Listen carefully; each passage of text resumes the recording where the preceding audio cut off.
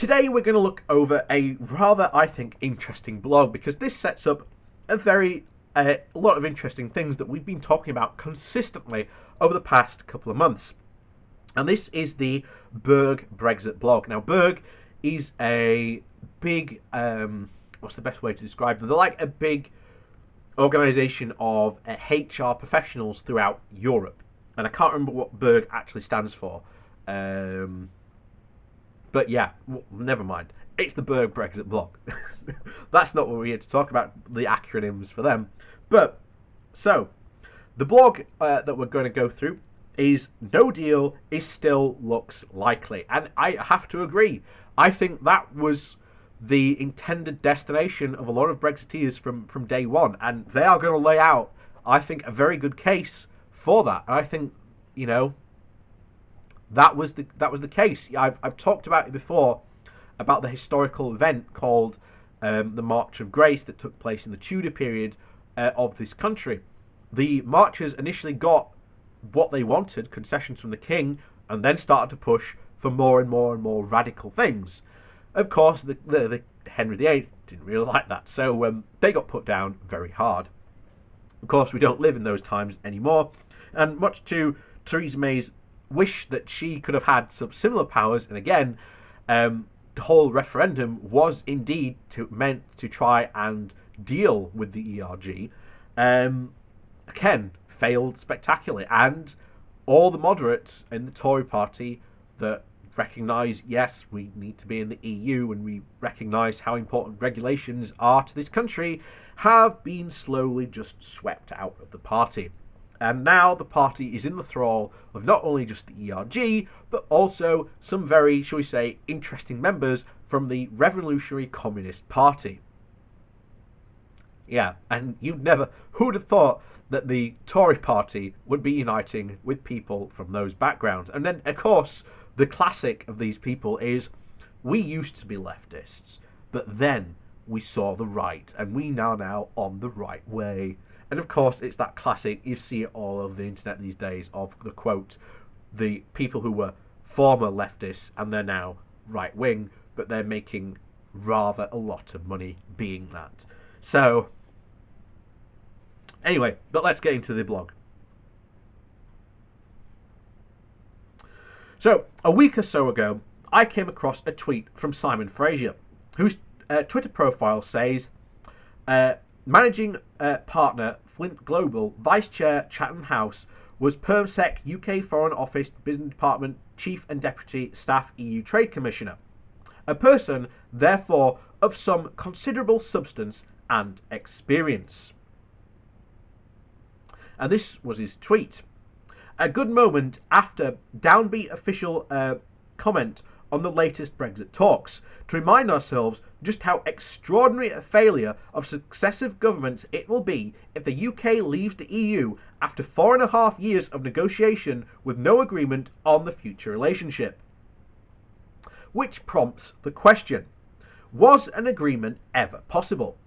Or was Brexit always framed in such a way that for Brexiteers, no deal was always the only true Brexit? But before seeking to answer this question, let's look at where we are now. Following another couple of weeks of inclusive talks between the EU and the UK, to put it as it is the simplest, the July intensive rounds talks triggered by Boris Johnson, deemed to, quote, put a tiger in the tank, turned out to be little more than dinner in Brussels, 1 week in London to the next. Speaking after last week's talks, Michel Barnier, the EU's chief negotiator, said, there is little to no progress on two essential topics of our economic partnership. First, there must be robust guarantees for a level playing field, including state aid and standards, to ensure open and fair competition among our businesses over time. This is a core interest for all 27 member states, and in my view, also for the UK. Second, we have to agree on a balanced, sustainable and long-term solution for fisheries, with the interest of all member states considered in mind, not least the many men and women whose livelihoods depend on it on both sides. For his part, David Frost, the UK's negotiator, had this to say: but considerable gaps remain in the most difficult areas, that is, the so-called level playing field and on fisheries. We have always been clear that our principles in these areas are not simple negotiating positions, but an expression of the reality that we will be a fully independent country at the end of the transition period.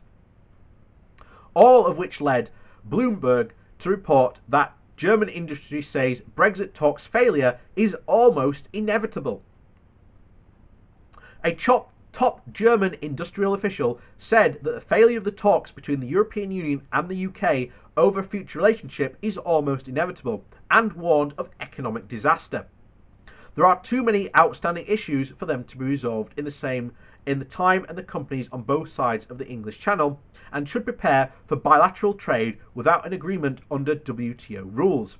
Joanne Lang, the managing director of German BID Industry Lobby, said in a statement on Friday.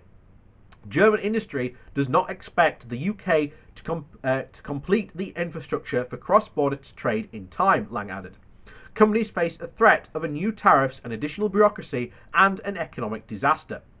Meanwhile, the Daily Telegraph reports that British negotiators are banking on German Angela Merkel to unlock Brexit talks. A senior UK source close to the negotiations said that Miss Merkel's reputation as a deal maker on the European stage could be a key to end the impasse. Quote, it is definitely possible now, with the EU budget wrapped up, that the member states will become more engaged in the process in Brussels and get them moving forward politically, the source said. What exactly Merkel can or should do was never made clear. Agreed that the UK can have single market access while being free to undercut the single market standards, except that the UK can exclude continental fisheries from waters and have historically fished for centuries. Again, that while the UK is no longer an EU member, is not a third country, or maybe a 2.5 country, able to opt in to all the bits that it likes.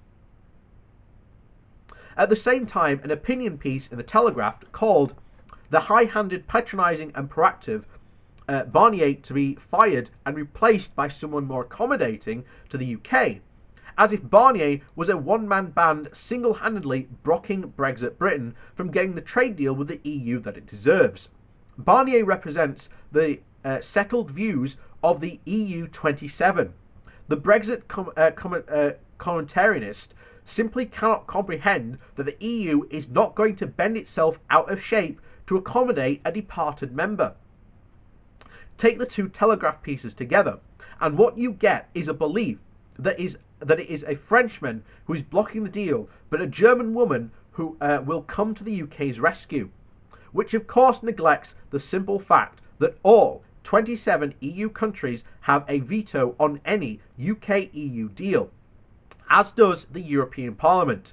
Given the nature of the UK's political system, Boris Johnson may want to push anything he wants through the House of Commons, which just last week voted to deprive itself of any say in trade deals. But the EU does not work that way. Johnson may also be able to pack the House of Lords with Brexiteers, but no other country in Europe has an unelected upper house. Come to think of it, every country in Europe has a written constitution, except for the UK, which has an unwritten constitution, which is turning out to be not worth the paper it is not written on. Which brings us back to whether a deal between the UK and the EU is possible, or if there ever was possible in the first place. It seems to me that the problem is this. Over the past 50 years, the UK has increasingly integrated with Europe in multiple ways. This integration consists of big things like the customs union and the single market, but also the small things like ease of travel, pet passports, and European health cards, for instance.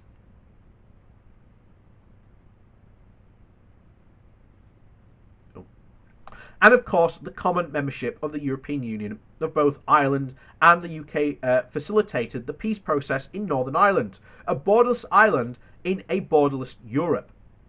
Brexit now takes the UK out of a complex ecosystem of multiple agreements covering multiple issues without having oven-ready replacements.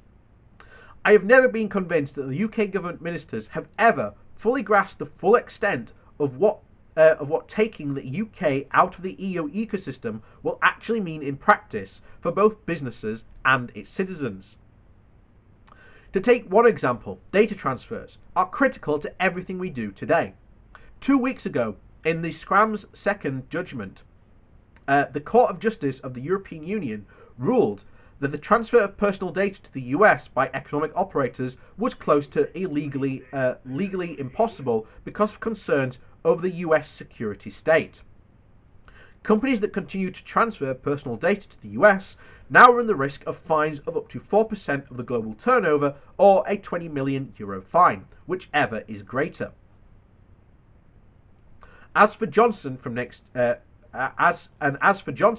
January next, exactly the same considerations will apply to data transfers from the EU to the UK.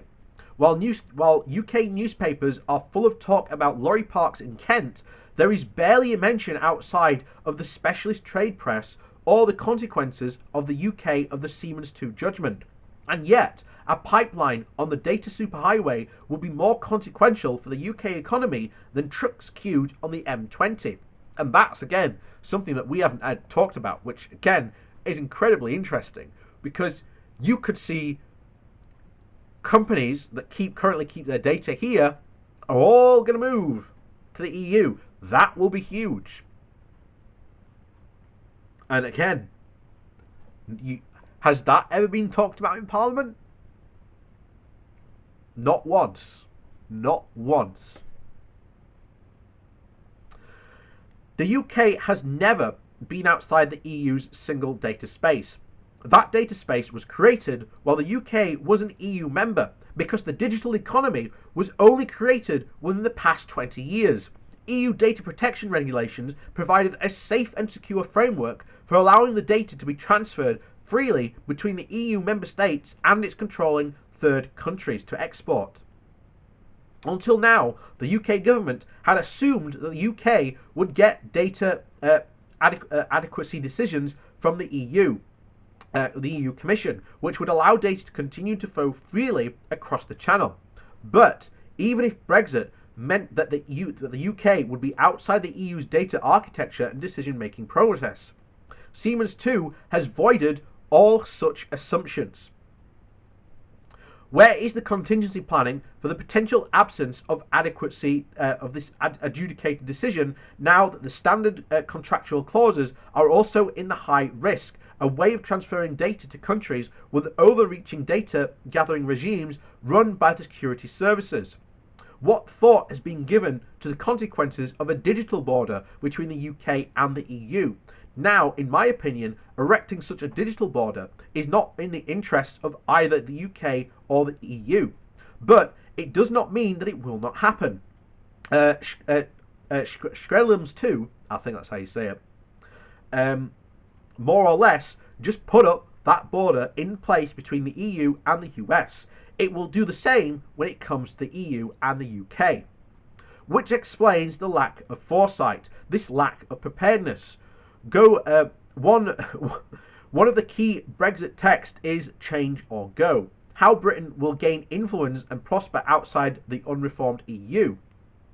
Now, in case you don't have the time to actually read the 1,000-page report, it is helpfully summarised here for you by The Guardian's Jennifer Rankin, and some highlights are summarised in this. The UK-Irish relations scarcely get a mention.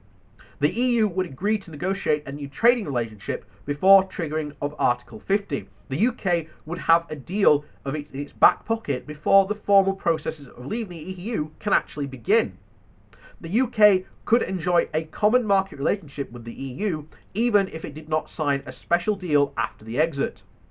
The authors were relaxed about the UK losing the benefits of EU trade deals because the EU underperforms at managing trade policy. It does not have a trade deal with the US and China. Anyway, it is highly likely the EU's free trade agreements could be photocopied. The UK could quickly do its own deals. it is obsesses on tariffs, but pays scant attention to non-tariff barriers. In a revealing language, it saw limits to the EU's ability to penalise Britain and inflict malicious harm. Easy transport links for firms and citizens. There would be no significant disruption or inconvenience for UK firms or passengers. UK travellers can keep their health insurance cards while visiting the EU. And this report was written in 2015. Every single one of those, if you looked into all those, just those highlighted summaries, you could find huge problems brewing for the UK. Or, like the last one, the health insurance card. We just got word, I think it was this week, or last week it might have been, gone. After January 2020, that's it. If you've got to go and buy insurance, if you want to go visit the EU. Anyway, it continues. The report was written in 2015. Any objective commentator would have to say that they got it completely wrong. For example, the trade deal with China is not on the cards anytime soon. For America, see below. Which goes a long way to explain where we are today. If the intellectual framework, the plan, the roadmap was faulty from the beginning, then it is no wonder you could end up down the cul-de-sac. Sorry, that's a dead end in Brexit English. The Change It or Go report provides the underpinnings for Michael Gove's We Hold All the Cards 2016 speech. Taken together, Gove's speech and the Change It or Go report made it clear that the Brexiteers believed these things. That the EU was about to implode sometime soon, or at the end of the least, be severely weakened. Brexit would trigger a domino effect and other countries would follow the UK out. After the Brexit vote, the UK will hold all the cards and be the centre of a new anti-EU European alliance. The UK could dictate terms because the EU would desperately need UK trade. The UK could have a customs union and single market benefits without the commitments and obligations of membership. Travel to the EU from the UK would continue without interruption and no new requirements. It was all about the trade in goods, tariffs and borders. The UK would quickly be able to negotiate new trade deals with all the major powers to compensate for any loss in EU trade. And of course, the UK would be able to end freedom of movement.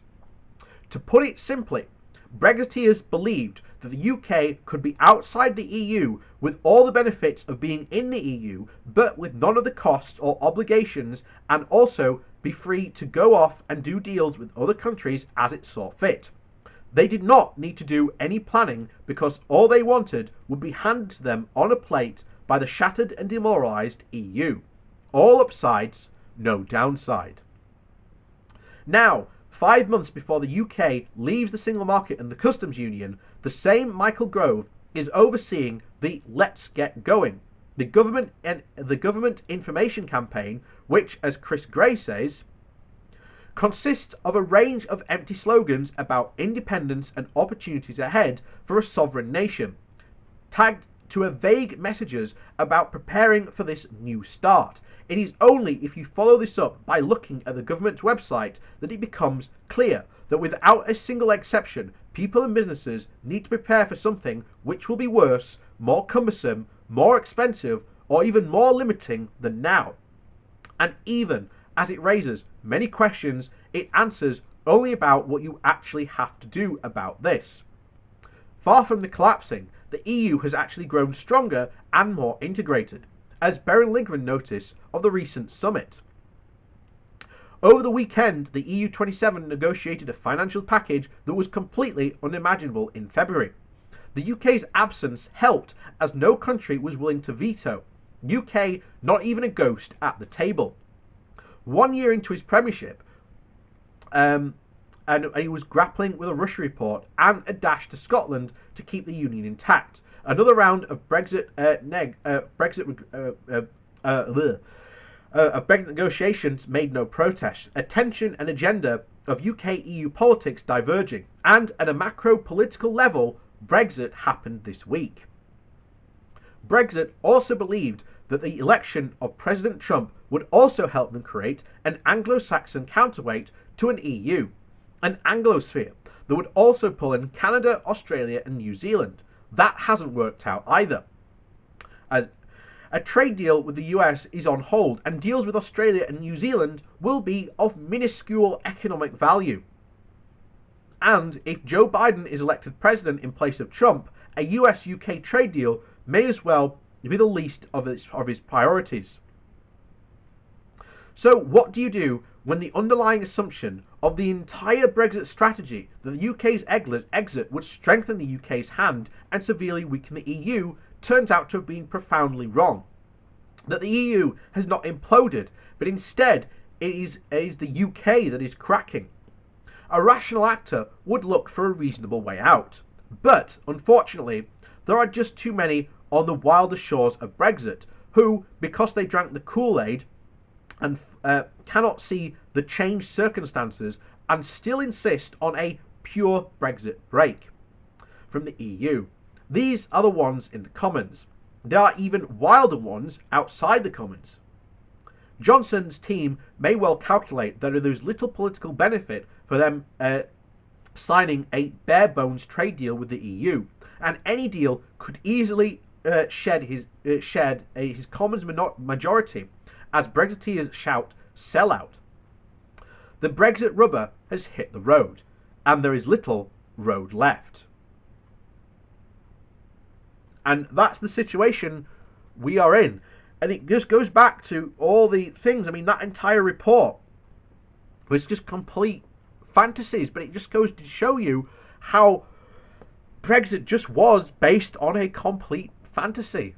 And that it was all about trade tariffs, despite what Brexiteers will tell you otherwise. So anyway, thank you for watching, and we'll see you all next time. Please do remember to like and share this video around, and if you'd like to support the channel another way, there are links below that you can do that with. So, thanks for watching, and we'll see you all soon.